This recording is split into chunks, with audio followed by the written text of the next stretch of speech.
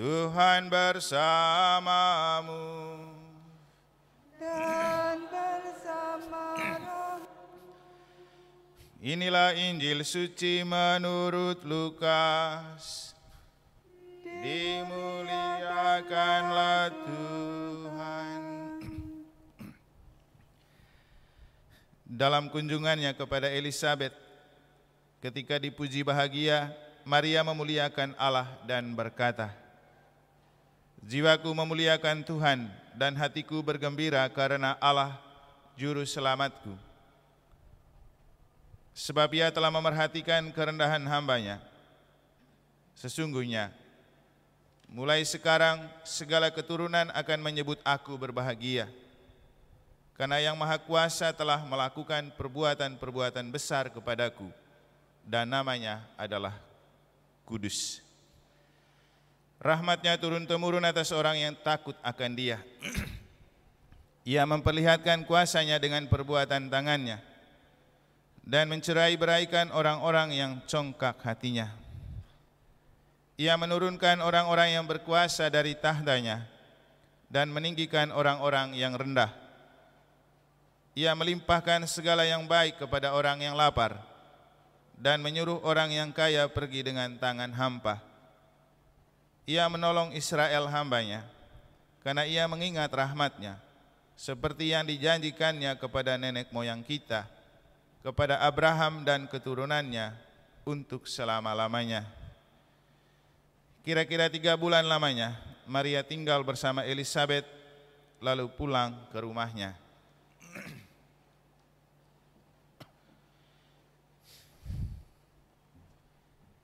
Demikianlah sabda Tuhan. Terpujilah Kristus.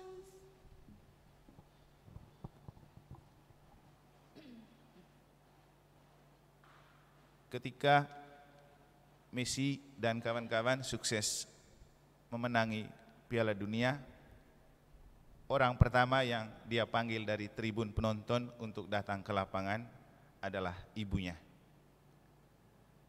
Dan ibunya sukses turun dari tribun penonton untuk datang ke lapangan, dan dia menjadi satu-satunya ibu yang bisa masuk ke lapangan stadion tempat final Piala Dunia 2022 diselenggarakan.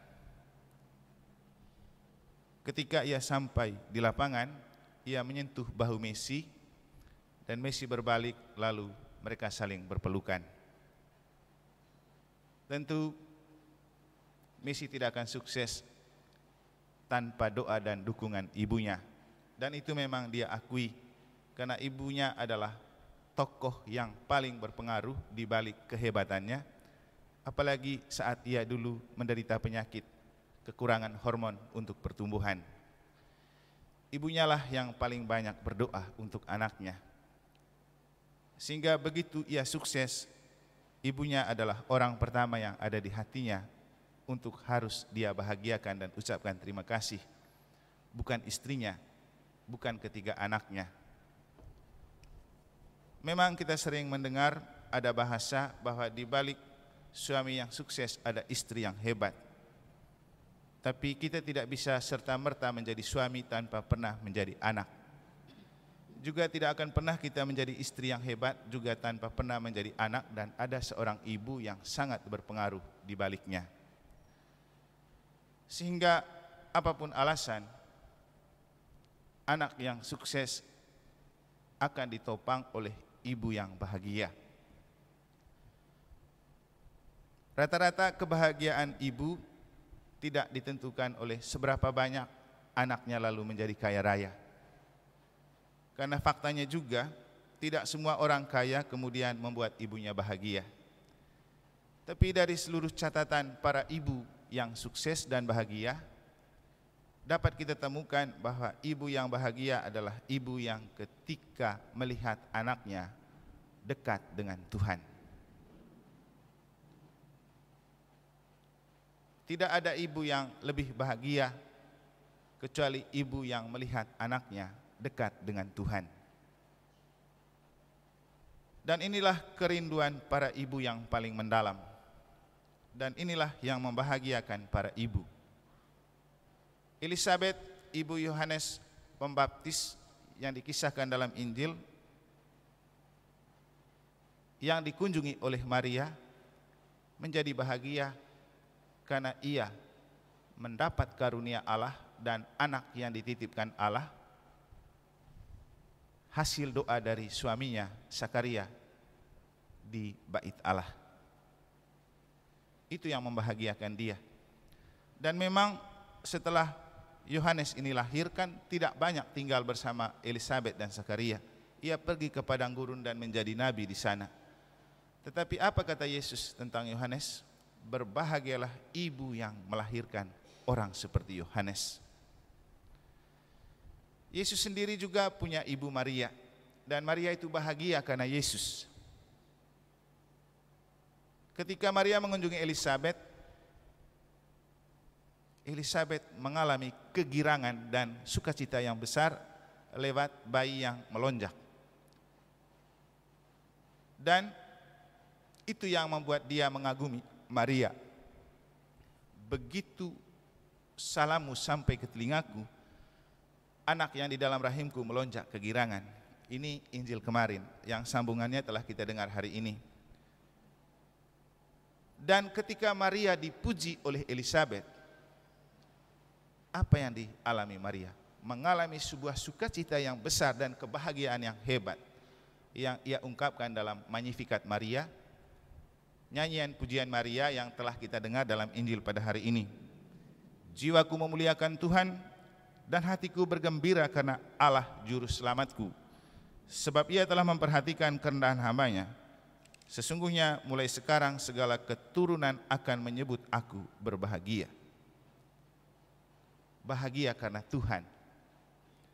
Bahagia karena punya anak yang dititip Tuhan. Dan itu jugalah kebahagiaan yang dialami oleh Hana, ibu Samuel dalam bacaan pertama. Ketika ia mendapatkan Samuel, ia menyapi Samuel lalu mempersembahkan kembali kepada Allah lewat Elia. Dan apa yang dikatakan di hadapan Elia? Inilah anak yang aku minta kepada Tuhan melalui engkau. Sekarang pakai dia sebagai alat di tangan Tuhan. Bapak Ibu, para suster, ibu adalah Tuhan yang tampak. Bapak-bapak juga. Tapi rata-rata Tuhan melakukan karya besar dalam hidup kita melalui para ibu. Doa para ibu sangat kuat. Makanya menjadi anak lalu tidak memperhatikan ibu itu bukan hanya sekedar durhaka, tapi rugi. Tidak akan pernah menemukan kebahagiaan dalam hidup dan tidak akan membuat orang tua bahagia. Tapi dalam zaman sekarang, orang hampir tidak terlalu suka membahagiakan ibunya dengan mendekatkan diri kepada Tuhan. Orang berpikir ketika dia kaya, dia bisa pakai pembantu untuk merawat ibunya, dan pikirnya itu membuat ibunya bahagia. Saya kira tidak. Sentuhan cinta itu harus lahir dari buah cinta. Itu baru kena. Sekaya apapun kita dan sehebat apapun pembantu mengurusi para ibu, ia bukanlah buah cinta dari ibu yang diurus. Beda dengan sentuhan tangan buah hatinya. Dan itulah kebahagiaan terbesar para ibu. Mungkin kita masih ingat ibunya Suster Krisentin, yang setelah berusia 80 tahun, masih mau mengunjungi anaknya. Coba, betapa besarnya rasa cintanya. Dan kemudian Suster Krisentin menjadi suster karena kerinduan dan doa yang besar darinya. Ketika masih menjadi muslim, ia punya cita-cita untuk menyentuh jubah suster di biara. Tapi Tuhan menjawab dengan memberikan seorang suster. Inilah kekuatan doa seorang ibu. Saya punya mama, itu susah untuk bepergian. Jangankan naik mobil, naik motor jarak 3 meter saja dia sudah mabuk. Dan dia paling tidak mau naik kendaraan apapun. Tapi waktu saya tabis di Kute tahun 2026, dia bisa datang ke Denpasar. tidak mabuk, pergi pulang. Dan setelah itu dia tidak pernah mau lagi naik kendaraan. Dan inilah cara membahagiakan ibu. Saya sendiri merasa, kenapa justru pada saat kita merayakan Hari Ibu, kitab suci menampilkan figur ibu-ibu. Jangan sampai Hari Ibu ini ada kaitannya dengan perayaan Natal, yang juga melibatkan seorang ibu untuk bisa melahirkan Yesus.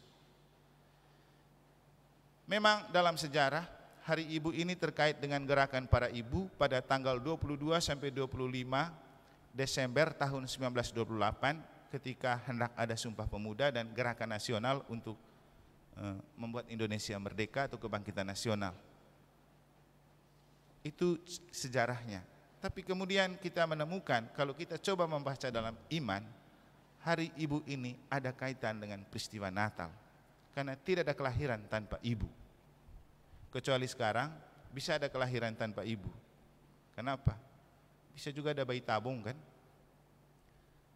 Saya kemarin dikirimin sebuah TikTok video tentang mencetak manusia tanpa ibu. Jadi ada pencetak bayi-bayi. Saya tidak mengerti dunia ini mau dibawa kemana kalau memang hal itu terjadi. Tapi mungkin itu tidak terlalu penting untuk kita, karena kegilaan pengetahuan dan kecerdasan kadang membuat kita lupa diri kalau hidup itu adalah anugerah Allah. Dan kita lupa bahwa yang membuat orang bahagia adalah cinta dan doa. Lagi-lagi ketika di bagian pengantar saya mengatakan, apa ciri seorang ibu yang bahagia dan bagaimana caranya membuat seorang ibu bahagia? Ciri ibu yang bahagia adalah ibu yang selalu datang kepada Tuhan. Ciri ibu yang bahagia adalah ibu yang selalu merindukan dan datang kepada Tuhan. Itulah yang dilakukan Hana ketika ia bahagia mendapatkan Samuel. Itulah yang dilakukan oleh Elizabeth dan Maria ketika mereka mendapatkan Yohanes Pembaptis dan Yesus. Mereka datang kepada Tuhan. Dan kita bisa menemukan bahwa kemudian ibu-ibu ketika ditinggalkan oleh suami, mereka lebih memilih untuk banyak ke gereja. Kayak Mama Yosla Kavolo, mereka beberapa orang yang sudah ditinggalkan suami, mereka lebih memilih rajin ke gereja, karena itu yang membahagiakan. Kadang-kadang anak tidak menjamin untuk kita bahagia.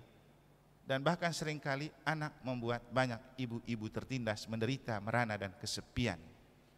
Apalagi punya anak di zaman modern dengan profesionalitas yang dituntut dan pekerjaan yang seperti tidak pernah habis, memang hampir tidak ada waktu untuk memperhatikan ibunya. Saya sendiri rajin pulang libur karena hanya ada satu saja tujuannya, mumpung orang tua masih hidup. Biar mereka bahagia dengan kehadiran kita. Dan lagi-lagi mereka tidak butuh uang, mereka tidak butuh kekayaan. Ketika mereka mengandungi dan melahirkan anak, itu bukan dari uang, itu dari cinta. Dan cinta itulah yang perlu dijaga dan dipelihara. Jadi itulah kebahagiaan seorang ibu ketika ia membawa diri di hadapan Tuhan dan ketika ia melihat anaknya dekat dengan Tuhan. Maka dengan ini saya mengajak kita untuk mengenang dan mengingat kembali beberapa figur ibu yang kemudian anaknya menjadi orang kudus dan membuat mereka bahagia. Pertama, Santa Monica. Dia punya suami kafir dan mertua yang kafir. Kemudian punya anak yang berandal bernama Santo Agustinus. Tapi ia berjuang dalam doa untuk membuat suaminya kemudian bertobat pada saat ia mau mati, dan kemudian Agustinus yang berandal berubah menjadi seorang yang kemudian menjadi orang kudus. Doa Santa Monica. Mungkin juga kita pernah mendengar cerita tentang Santo Martinus de Porres. Ketika ia mempunyai seorang ibu Afrika dan seorang bapak berkulit putih, yang ketika itu bapaknya tidak mengakui dia sebagai anaknya, lalu dia mengatakan apa? Tuhan, tidak suka dengan orang berkulit putih tetapi berhati hitam.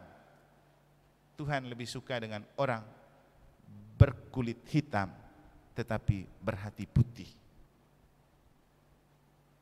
Dan kemudian ia hidup dan bertumbuh dengan doa dan iman ibunya, sehingga kemudian Martinus de Porres menjadi seorang imam biarawan. Jadi ini beberapa contoh ibu-ibu yang ternyata kemudian bisa bahagia karena dekat dengan Tuhan. Saya rasa kalau mau jujur, oma-oma yang ada di negara punya kerinduan yang besar untuk datang ke gereja. Tapi seringkali mereka kesulitan karena belum tentu anak-anaknya mau membawa mereka. Pasti mereka punya kerinduan. Tapi apakah anak punya waktu dan siap pakai kendaraannya untuk bawa mereka? Ini sebuah pertanyaan. Saya rasa itulah ciri ibu bahagia ketika ia membawa diri kepada Tuhan dan anaknya dekat dengan Tuhan. Dan cara membahagiakan ibu adalah memberikan cinta dan perhatian, bukan uang dan materi. Itu adalah kebutuhan terbesar yang membuat mereka bahagia. Maria bahagia karena dipuji oleh Elizabeth. Elizabeth bahagia karena dikunjungi oleh Maria. Dan inilah sumber kebahagiaan terbesar para ibu ketika mereka saling mengunjungi dalam Tuhan. Dan saya rasa kebahagiaan terbesar ibu-ibu dan istri-istri adalah ketika punya suami yang rajin ke gereja, yang rajin berdoa, apalagi punya anak yang rajin ke gereja dan rajin berdoa. Tapi juga tidak semua ibu. Ada ibu-ibu yang tidak suka ke gereja, ada ibu-ibu yang tidak lebih dekat dengan Tuhan. Dan memang ibu-ibu yang lebih suka cari kesenangan di tempat perbelanjaan adalah ibu yang susah bahagia. Banyak ibu-ibu yang lebih memilih pergi ke mall untuk berbelanja, pergi jalan-jalan untuk mengisi hari libur dan hari Minggu. Tapi kita bisa menemukan mereka susah bahagia. Karena ketika sudah pergi ke mall dan pulang jalan-jalan, mereka capek dan letih. Mereka akan kesepian lagi dan tetap merindukan kebahagiaan. Tapi ibu-ibu yang mencari Tuhan dan gereja takkan pernah kekurangan kebahagiaan. Karena sumber kebahagiaan sejati adalah Tuhan. Messi bahagia karena ibunya selalu berdoa untuk kesuksesannya. Ibu Messi kemudian berbahagia karena anaknya bisa menggondol Piala Dunia. Tapi itu juga tidak terlepas dari doa dan perhatian yang ia berikan. Messi setiap kali merayakan gol pasti dengan tangan diacungkan ke atas. Apa itu? Dia mau berterima kasih kepada neneknya yang selalu ia kenang. Karena neneknya adalah ibu yang pernah menjadi contoh untuk ibunya. Kalau mau jadi anak yang sukses, jangan pernah melupakan ibu-ibu. Karena surga ada di telapak kaki ibu. Semoga Tuhan memberkati.